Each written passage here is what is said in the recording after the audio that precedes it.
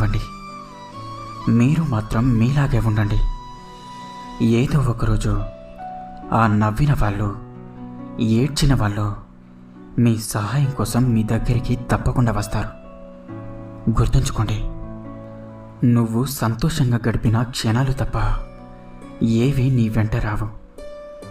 నువ్వు సంపాదించింది ఏదీ నీది కాదు. ఒక మంచితనం, పుణ్యం తప్ప, ఎదుటివారి హృదయంలో ప్రేమ తప్ప.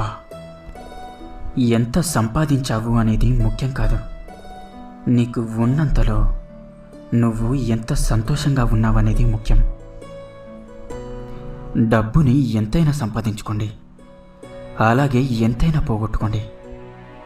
కానీ వ్యక్తిత్వాన్ని మాత్రం ఎప్పుడు పోగొట్టుకోవద్దు. ఎందుకంటే అది డబ్బు కంటే కూడా విలువైంది. తండ్రి మాట